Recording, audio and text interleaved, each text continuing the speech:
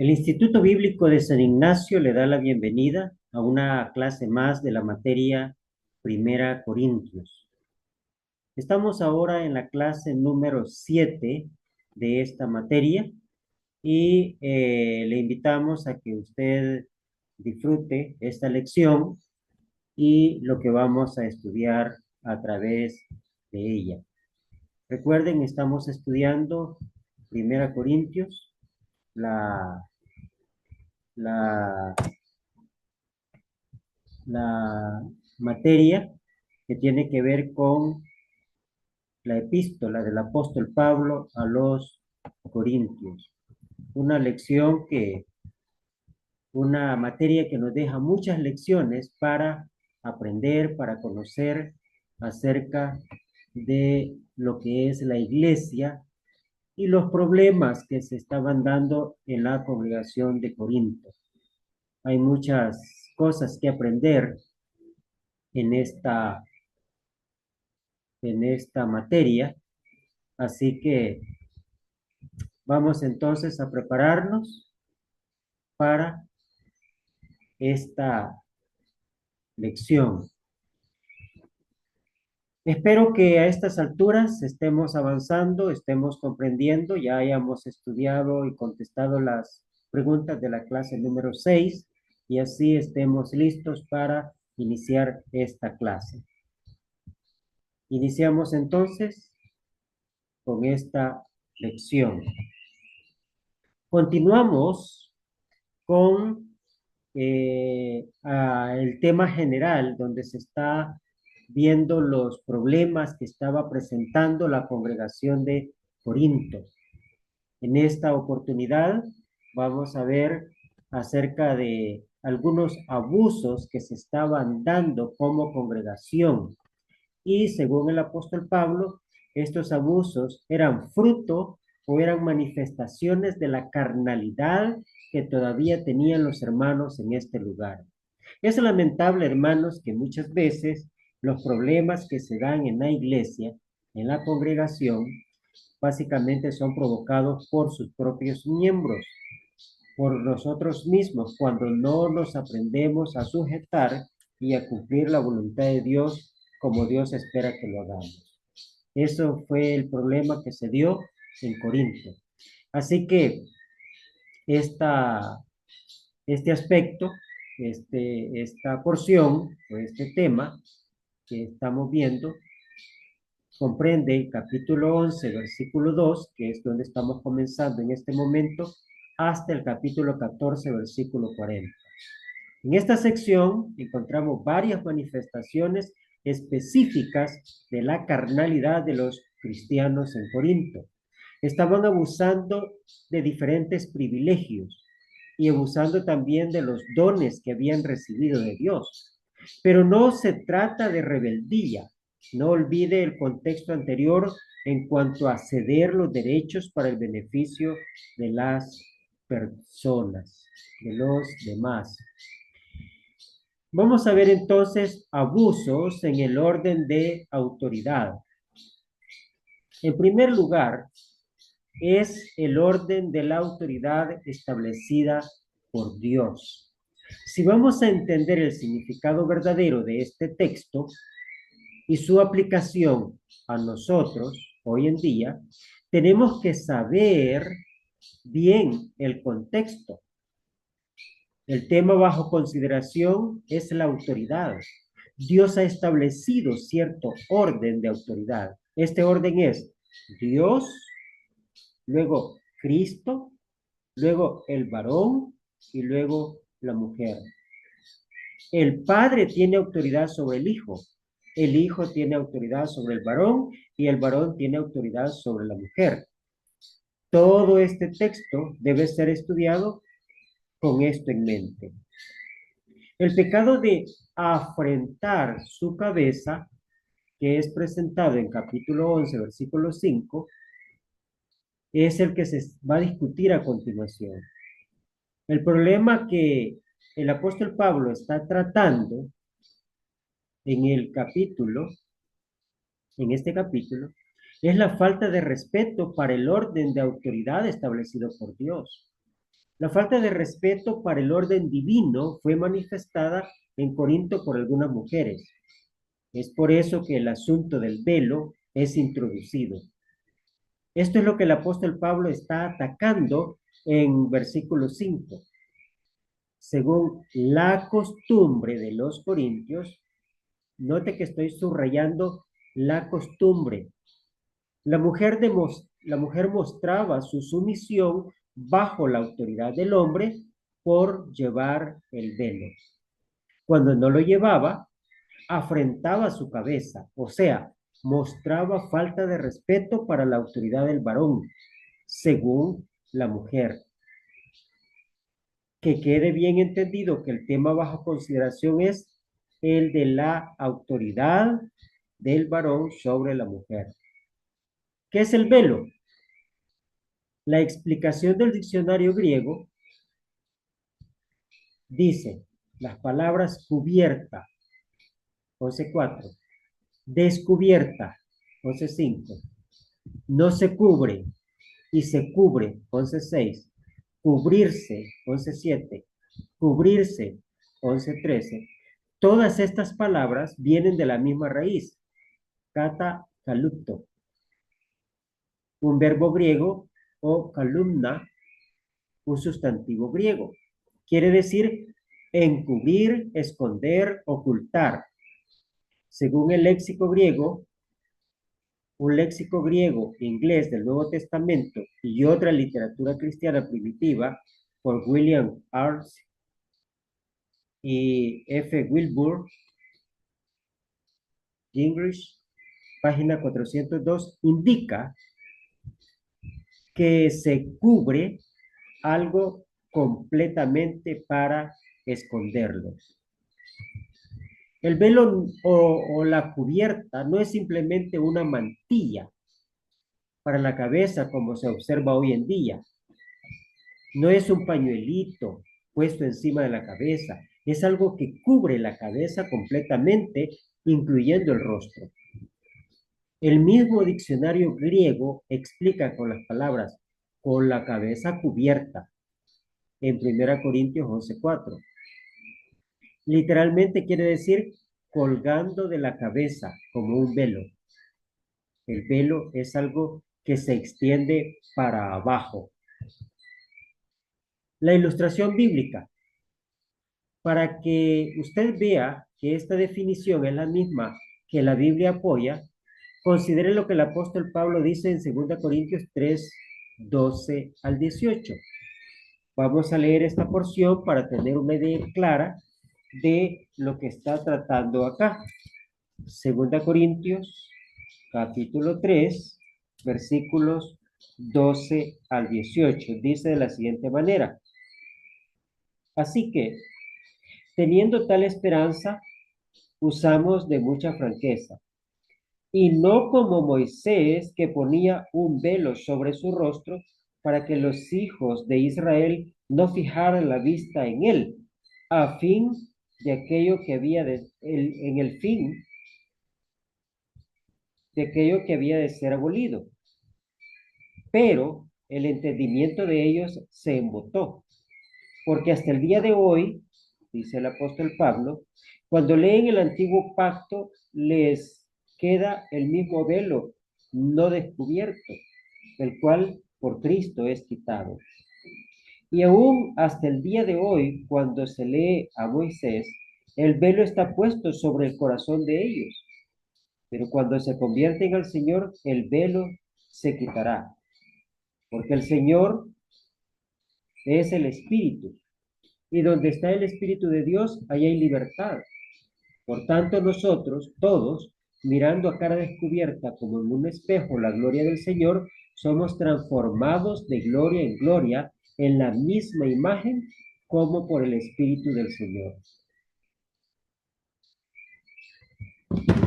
En el contexto del tema, es la diferencia entre el Evangelio, entre el antiguo pacto y su gloria que fue manifestada sobre el rostro de Moisés cuando él puso o cuando él bajó del monte de Sinaí en contraste con el nuevo pacto y su gloria permanente. Fíjese bien, por favor, que Moisés puso el velo sobre su rostro. La misma idea es comunicada cuando hablamos de cubrir la cabeza. Cabeza no solamente es el cuello o el cabello, al contrario, incluye también el rostro. El velo de Moisés, así como el velo figurativo sobre el corazón de los que no entendían el cambio del antiguo pacto al nuevo, eran velos que cubrían algo completamente. En el caso de Moisés, cubrían su rostro. En el caso de los incrédulos, su entendimiento, o sea, su corazón, está cubierto. En 2 Corintios 3:18 encontramos la condición cuando el velo es quitado en las palabras a cara descubierta. Cuando el velo está puesto, la cara está cubierta. Cuando está quitado, la cara está descubierta. Pero cuando las religiosas modernas ponen su velo, entre comillas, que en verdad no es velo, la cara no está cubierta. Por tanto, su práctica no es la misma que la Biblia enseña en 1 Corintios 11. Pudiéramos acudir a las costumbres orientales para comprobar esta definición de velo. Pero la palabra de Dios y los diccionarios del idioma original del Nuevo Testamento bastan para convencerlo de que el velo del que habla el Nuevo Testamento era una cubierta del cabello y del rostro, no simplemente una mantilla como se observa hoy en día. Por tanto, si fuera mandamiento de Dios que las mujeres usaran el velo hoy en día, ninguna de las personas que se ponen un pañuelito u otra mantilla estarían obedeciendo el mandamiento de Dios. Tendrían que poner un velo, no una mantilla. La vergüenza de la mujer con la cabeza descubierta. Versículos 5 y 6. Dijo Pablo, afrenta su cabeza.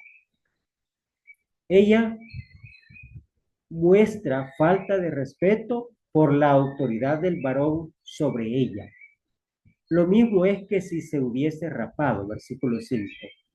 No era un significado espiritual, sino un significado moral, entendido por toda la gente de aquella zona del mundo. Fue basado en costumbres sociales del primer siglo y específicamente de la ciudad de Corinto. Esto es importante tomar en cuenta para comprender lo que el apóstol Pablo está discutiendo acá.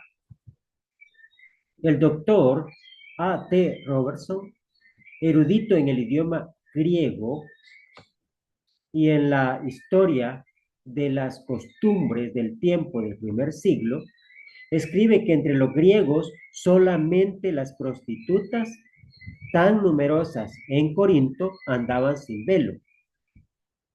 Esclavas fueron rapadas, como también adúlteras. El código justiniano también mandaba que raparan las cabezas de las adúlteras. La Enciclopedia Bíblica Normal Internacional cita el historiador romano Plutarco en los tiempos del Nuevo Testamento. Sin embargo, entre ambas griegas y romanas, mujeres honrosas llevaban un velo en público y aparecer sin el velo en público era un acto de arrogancia o peor. Si le es vergonzoso, dice versículo 6, es una condición real en el griego, está diciendo que le es vergonzoso raparse. Por tanto, ya que le es vergonzoso raparse, también le es vergonzoso no cubrirse, porque lleva el mismo significado. ¿Cuál es el origen? No fue el Espíritu Santo quien llevó el velo a Corinto. Las mujeres no cristianas de Corinto ya usaban el velo como señal de sumisión al varón y pureza de vida. Según las costumbres de los corintios, una mujer que no era fiel a su esposo fue rapada. El apóstol Pablo enseña que para ellas el no llevar el velo representa falta de respeto y fidelidad al varón y no era aceptada para una cristiana o no era aceptable para una cristiana. Pero tenemos que entender que estas instrucciones están basadas en las costumbres sociales que ya se encontraban en esa zona del mundo antiguo. Antes que la iglesia fuera establecida en la ciudad de Corinto, las mujeres honrosas y respetuosas de Corinto ya tenían la costumbre del velo. Esto no era un principio que había sido introducido por las enseñanzas de Cristo, hermanos, sino que era algo más bien cultural. Su importancia para las cristianas en Corinto. ¿Puede imaginarse el escándalo si una cristiana de Corinto se hubiera presentado en público sin el velo?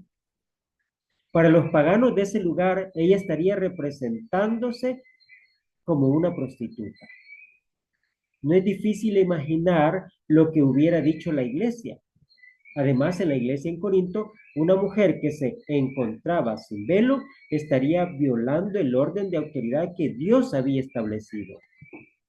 Según las costumbres de ese lugar, estaría mostrando su falta de respeto por la autoridad del varón y así consecutivamente por la autoridad de Dios. Este es el problema que es corregido en 1 Corintios 11. El velo no es mandamiento divino. El mandamiento divino es que el varón tenga autoridad sobre la mujer. La costumbre del velo apoyaba este mandato divino. En Corinto, las costumbres exigían que la mujer llevara el velo para mostrar su sujeción al varón. Por tanto, las cristianas estaban bajo obligación de observar esta costumbre social del velo.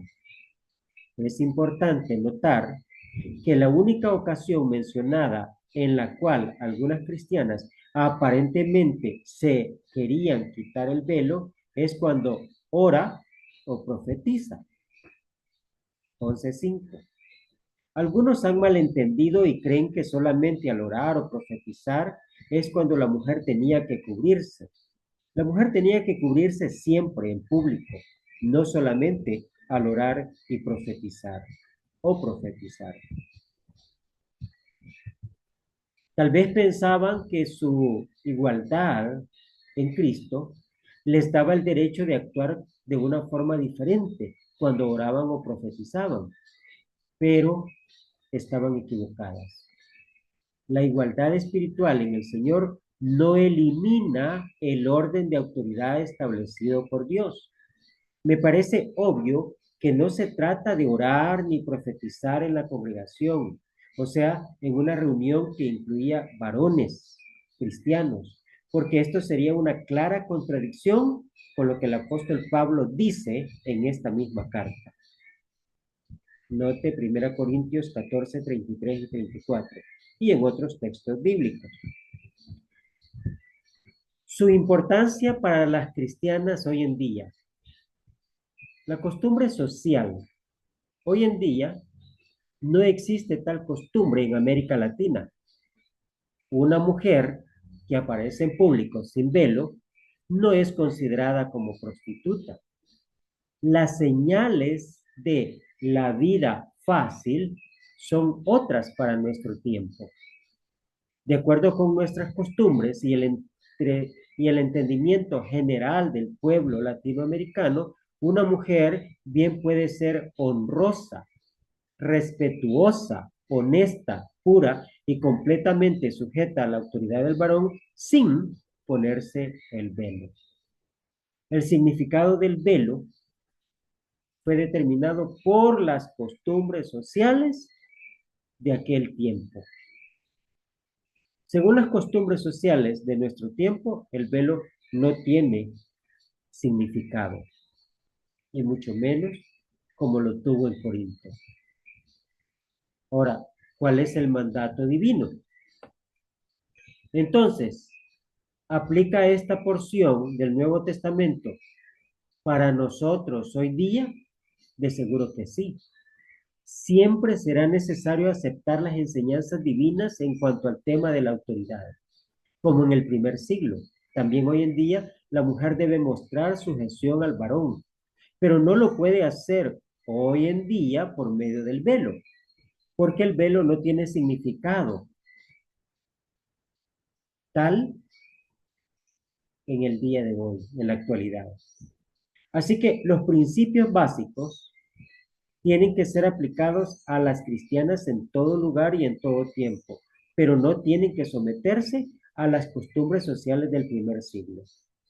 No obstante, hay mucha aplicación porque el movimiento femenil de nuestro tiempo es contrario a los principios incluidos en este mandato divino. Veamos lo que dice el texto en forma de análisis, versículo 3 al 16. El principio, el orden de autoridad establecido por Dios. Dios, Cristo, el varón, la mujer.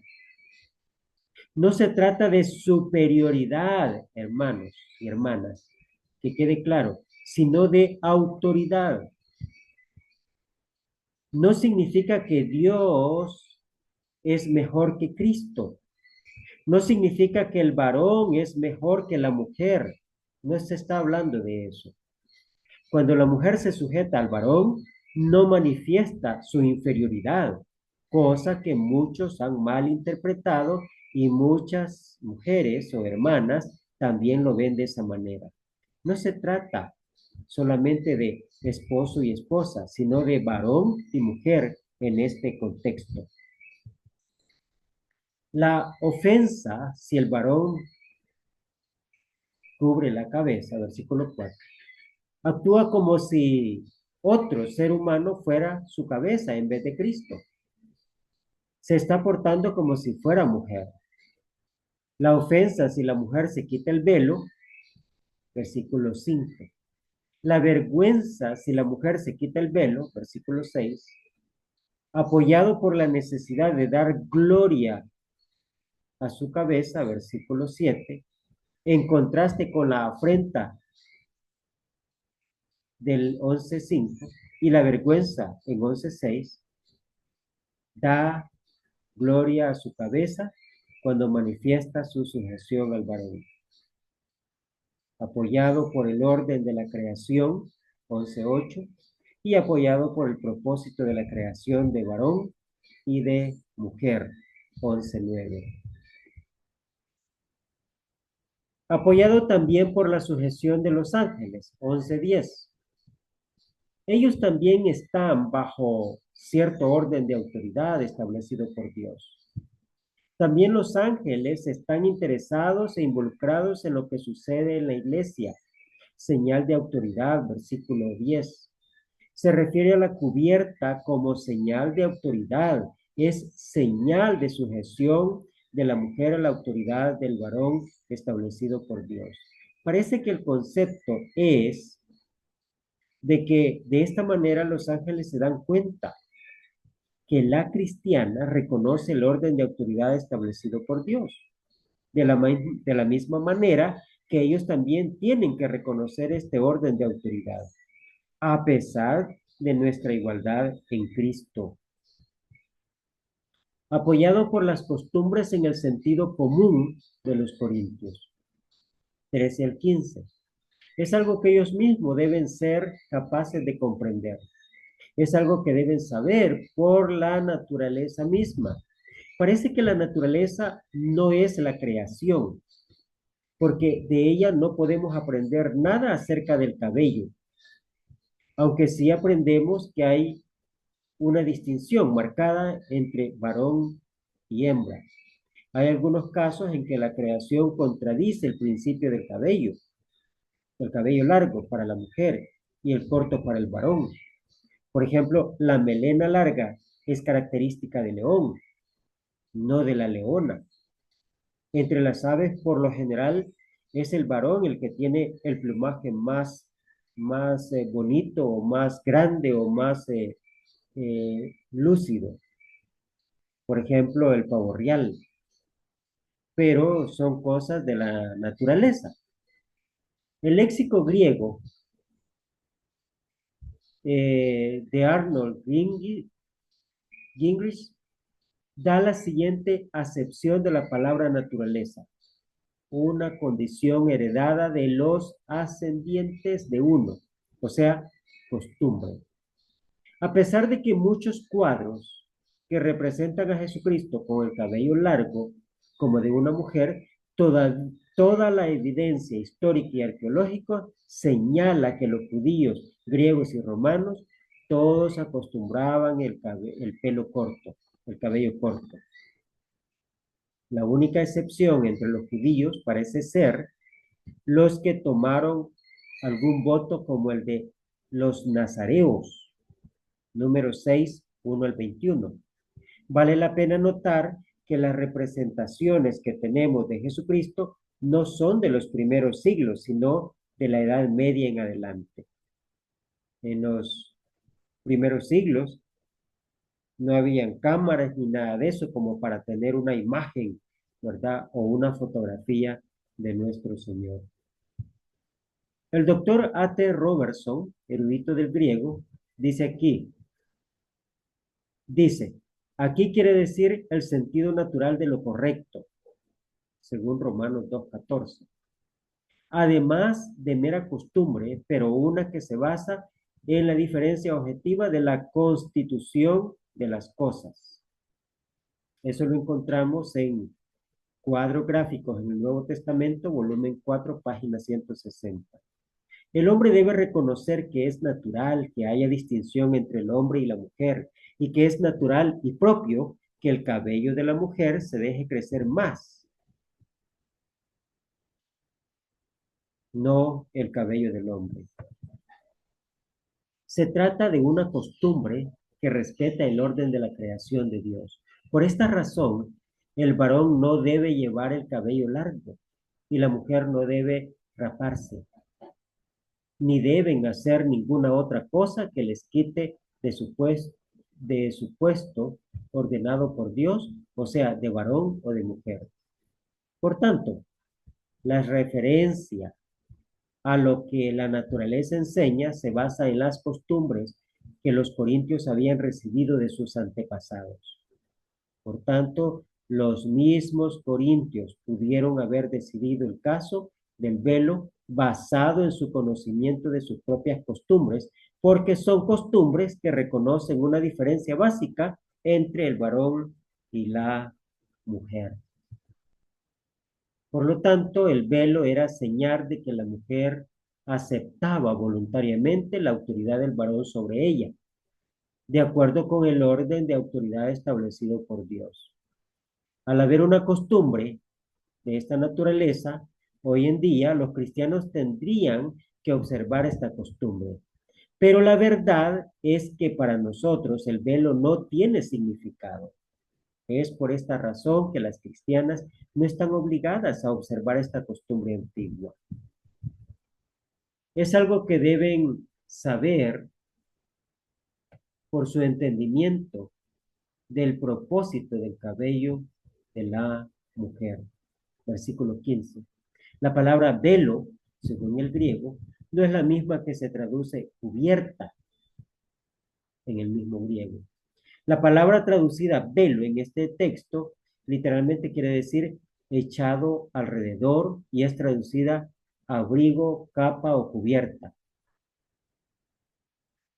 Le es dado. Tal vez significa algo dado por Dios, no solamente algo adquirido por costumbre.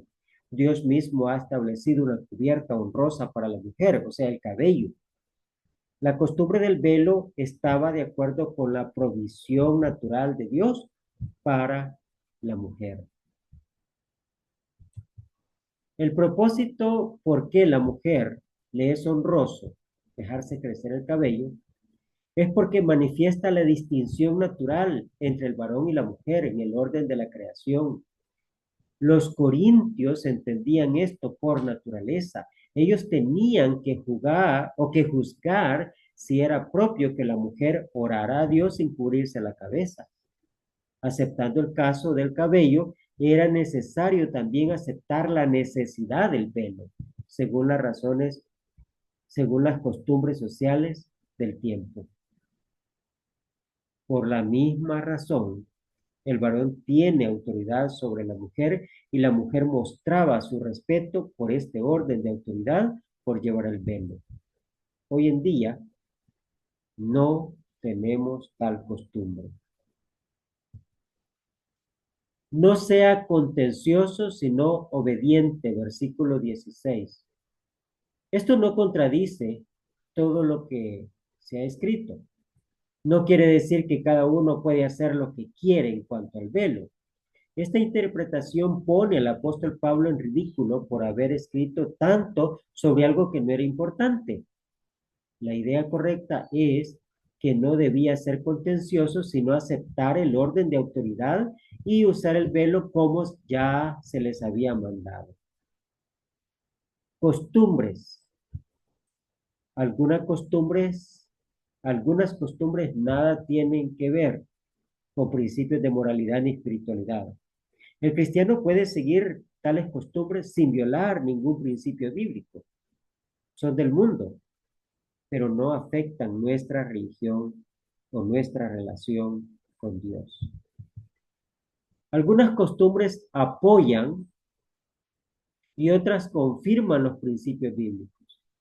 El cristiano debe observar estas costumbres. El saludarse con ósculo, por ejemplo. Hasta puede ser su obligación cristiana hacerlo si al dejar de observarla se encuentra en violación de alguna enseñanza bíblica. Por ejemplo, el velo en los Corintios.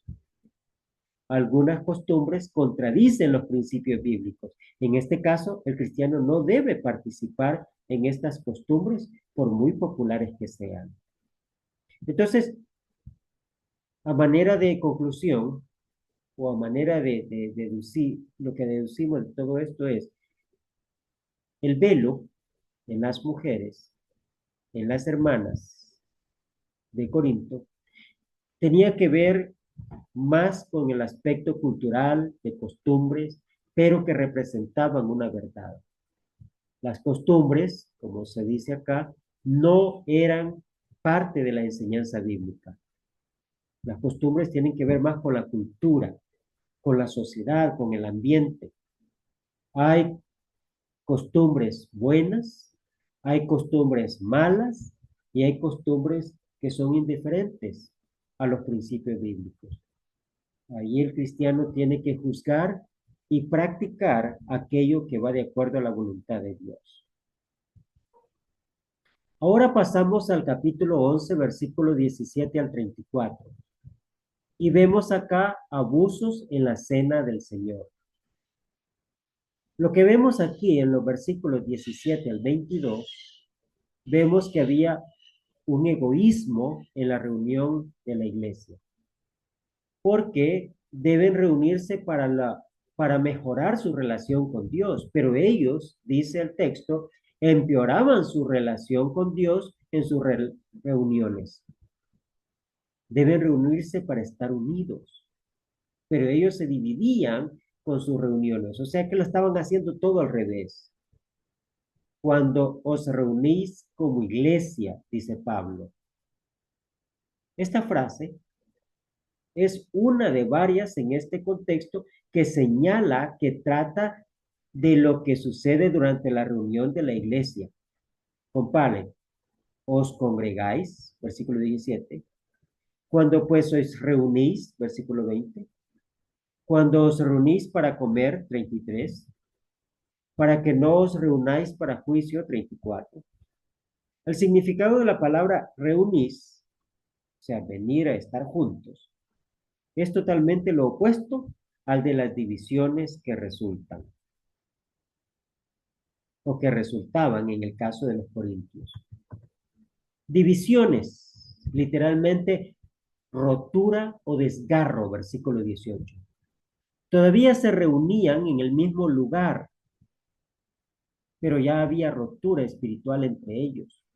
En vez de fomentar la unidad en Cristo, estas reuniones cristianas las hacían más difíciles. Aunque Pablo tenía la actitud correcta de no querer creer malos informes que recibía acerca de sus hermanos, se veía obligado a creer esto, por lo menos en parte. La palabra disensiones que menciona ahí viene del griego que significa escoger. La traducción disensiones refleja el concepto de una opinión o grupo de personas que uno ha escogido para sí mismo que lo separa de otras personas. En este caso, no se trata de diferencias doctrinales, sino sociales y económicas. Dios usa las disensiones, que en sí son obra de la carne, para lograr algo bueno, para que se hagan manifiestos entre vosotros los que son aprobados, versículo 19. Los únicos que pueden ser aprobados en este caso son aquellos que no manifiestan estas actitudes carnales. Aunque se dirige a toda la iglesia, parece que parte de la iglesia es inocente y otra parte es culpable de pecado en este asunto. En medio de la carnalidad, de la verdadera espiritualidad, o la verdadera espiritualidad brilla aún más. Deben reunirse para comer la cena del Señor. Pero ellos se reunían para comer su propia cena, versículo 20 y 21. Uno de los propósitos principales de la reunión de los cristianos en el primer día de la semana es comer la cena del Señor. Es importante que entendamos con toda seguridad de 1 Corintios 16:2 que el primer día de la semana, el domingo, era el día de reunión de la iglesia en Corinto, al igual que la iglesia en Troas. No hay ejemplo bíblico de comer la cena del Señor en otro día, ni con menos frecuencia que cada primer día de la semana. La historia religiosa de los primeros siglos confirma esta verdad. Pero lo que los cristianos en Corinto hacían no era una participación legítima de la cena del Señor. Versículo 20. De hecho, les era imposible comer la cena del Señor debido a la carnalidad que manifestaban en sus reuniones. En vez de la cena del Señor, ellos tomaban su propia cena. En este caso, no se trata del pan y del fruto de la vid sencillamente, sino una comida común y corriente que comían durante la reunión. Deben reunirse para considerarse unos a otros, pero ellos solamente se consideraban a sí mismos. Esta es la división que existía en las reuniones de la iglesia en Corinto, hermanos. Esta división entre aquellos que tienen en abundancia y aquellos que no tienen. Tenemos dos grupos de cristianos. Tenemos dos sectas, ricos y pobres, egoístas y humildes. Uno que tiene hambre y otro que se embriaga. No necesariamente intoxicado, sino más bien completamente lleno. Claramente en este contexto, en contraste con aquel que tiene hambre.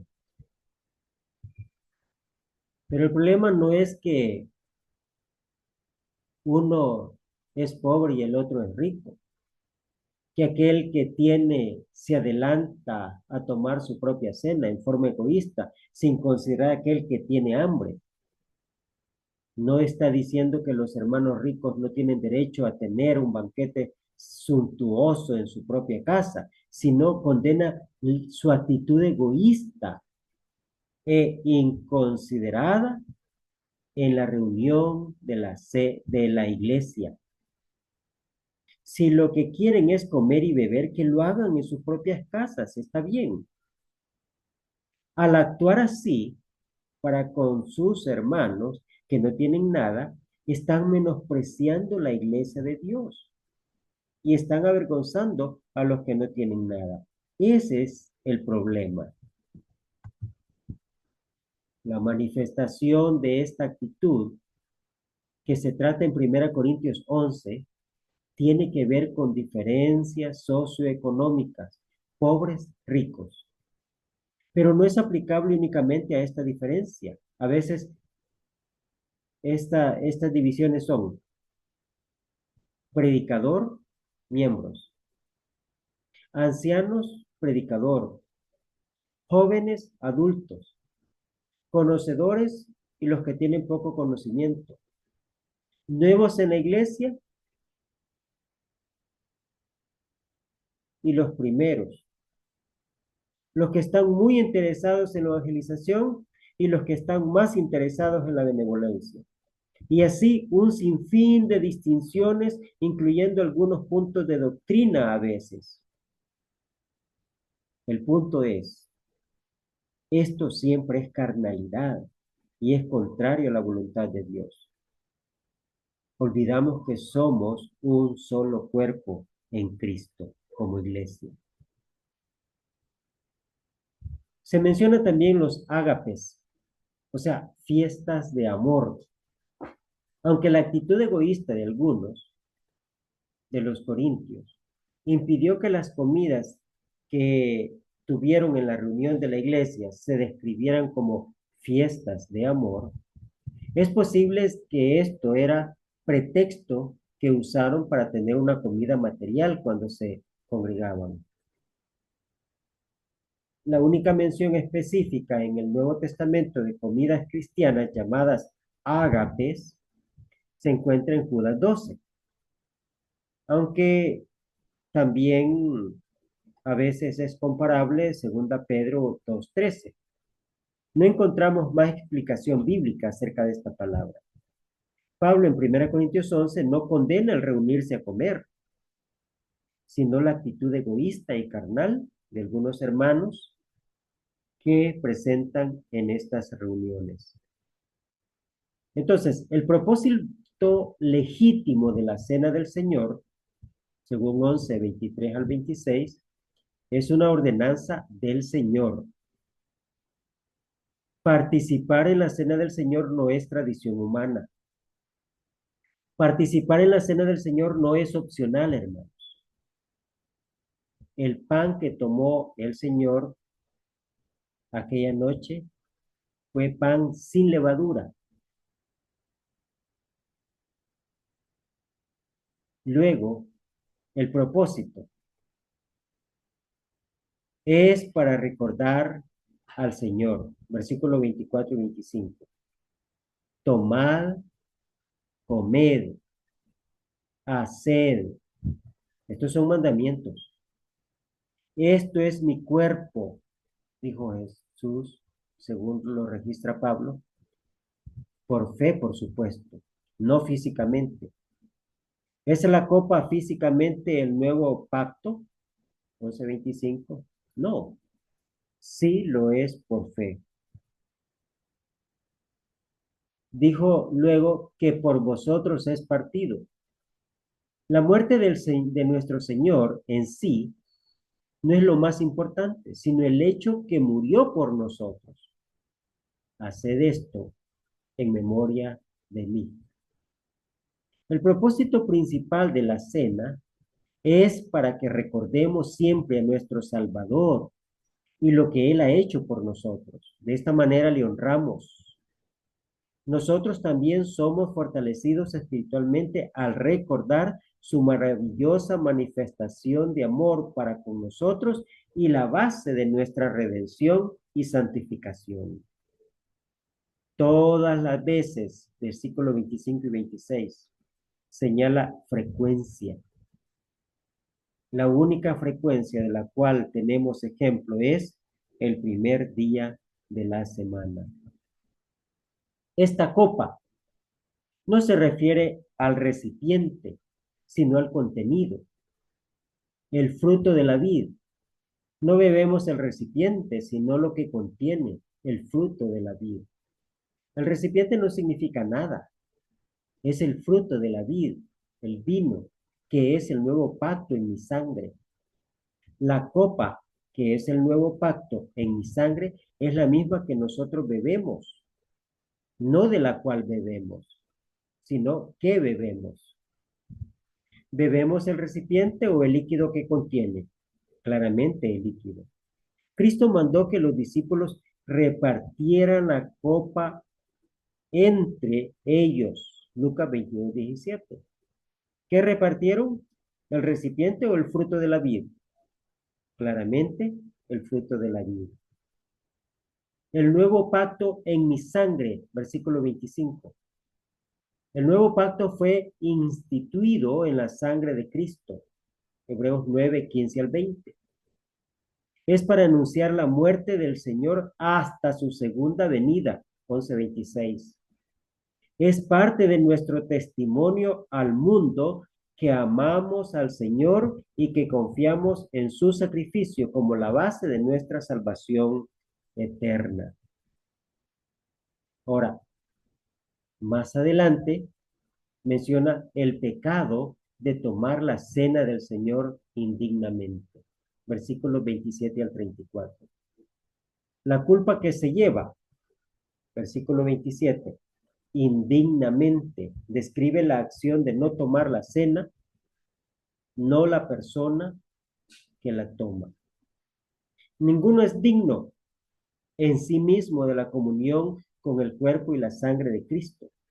Se refiere a la manera en que tomamos la cena. Versículos 28 y 29. Dice, será culpado del cuerpo y de la sangre del Señor. O sea, responsable por la muerte del Señor y de haber profanado su cuerpo y su sangre. La responsabilidad es personal. Versículo 28. Cada uno, una responsabilidad individual y personal. A sí mismo, no a otros hermanos, sino a uno mismo. Pruébese para estar seguro que lo hace con la actitud de vida y de la manera que ordena el Señor. Es de la misma raíz que aprobados, eso en 11:19. En el contexto, incluye el probar sus actitudes hacia sus hermanos para estar seguro que Dios lo aprueba. Es un examen de conciencia o a conciencia. Y hay ahí algunos versículos que le invito a revisar y a considerar. No es para que no coma, sino para que coma y beba correctamente, dijo Pablo, y coma así del pan y beba de la copa. El significado de tomar la cena indignamente, según 11:29, es tomarla sin discernir el cuerpo del Señor, sin discernir por fe que no se trata sencillamente de pan y vino, sino del cuerpo sacrificado de Cristo Jesús, sin reflexionar en la muerte del Señor al tomar la cena, sin discernir que la iglesia es el cuerpo de Cristo, no reconocer que el grupo de personas reunidas para la cena son un solo cuerpo en el Señor. Por tanto, cometen un pecado grave al menospreciar el cuerpo del Señor y avergonzar a sus hermanos por medio de su actitud egoísta. Así no pueden comer la cena del Señor. Versículo 20. Están causando división en el cuerpo de Cristo y por tanto no son aprobados por el Señor, sino juzgados. El castigo, juicio, come y bebe para sí. El resultado espiritual, inmediato. Muchos enfermos y debilitados, versículo 30. Muchos duermen, muerte espiritual. Son juzgados, versículo 32. Son castigados por el Señor, versículo 32. La mejor traducción de paideometa, que es la palabra griega, parece ser disciplina. Y esto está en relación con Hebreos 12:5 al 11. Es para nuestro beneficio, aunque no es agradable, es necesario. Puede ser evitado por examinarnos a nosotros mismos. El texto no nos revela con exactitud en qué consistía esta disciplina o castigo que recibieron los corintios por parte del Señor. Este castigo es para que no seamos condenados con el mundo, versículo 32. Esto aclara que los que duermen no estaban muertos físicamente todavía. De otra manera, no tendrían ninguna esperanza de evitar la condenación con el mundo. Hebreos 9:27, 2 Corintios 5:10. El remedio, examinarnos a nosotros mismos, la comunión fraternal. No hay que actuar con egoísmo. Esperaos los unos a los otros. Si el hambre es la causa de su falta de consideración de los hermanos, dijo Pablo, coma en su casa. Básicamente, lo que enfatiza una vez más es la necesidad, la importancia y el valor de la comunión cristiana. Hermanos, esta epístola del apóstol Pablo a los Corintios está llena de consejo, llena de exhortación, llena de enseñanza para que nosotros aprendamos a vivir como cristianos fieles, obedientes, que ponemos en práctica los lineamientos de Dios a través de su palabra, en este caso, inspirado por el Espíritu Santo, la palabra del apóstol Pablo, para que vivamos una vida obediente a la voluntad de Dios y así que seamos una iglesia como la que Cristo espera de cada uno de nosotros. Es así como estamos llegando al final de una clase más de esta materia, 1 Corintios, en la cual estamos conociendo el hermoso contenido de esta epístola. Así que, una vez más, gracias por su atención. Espero que le esté ayudando en su vida espiritual y que esta enseñanza le ayude a fortalecer su fe, a conocer más acerca de la palabra y a vivir conforme a la voluntad de Dios. Así que, con el favor de Dios, nos vemos en la próxima clase. No olvide contestar las preguntas de esta lección y seguir leyendo los capítulos que restan de la epístola para estar preparados y preparadas para la próxima lección. Bendiciones para todos.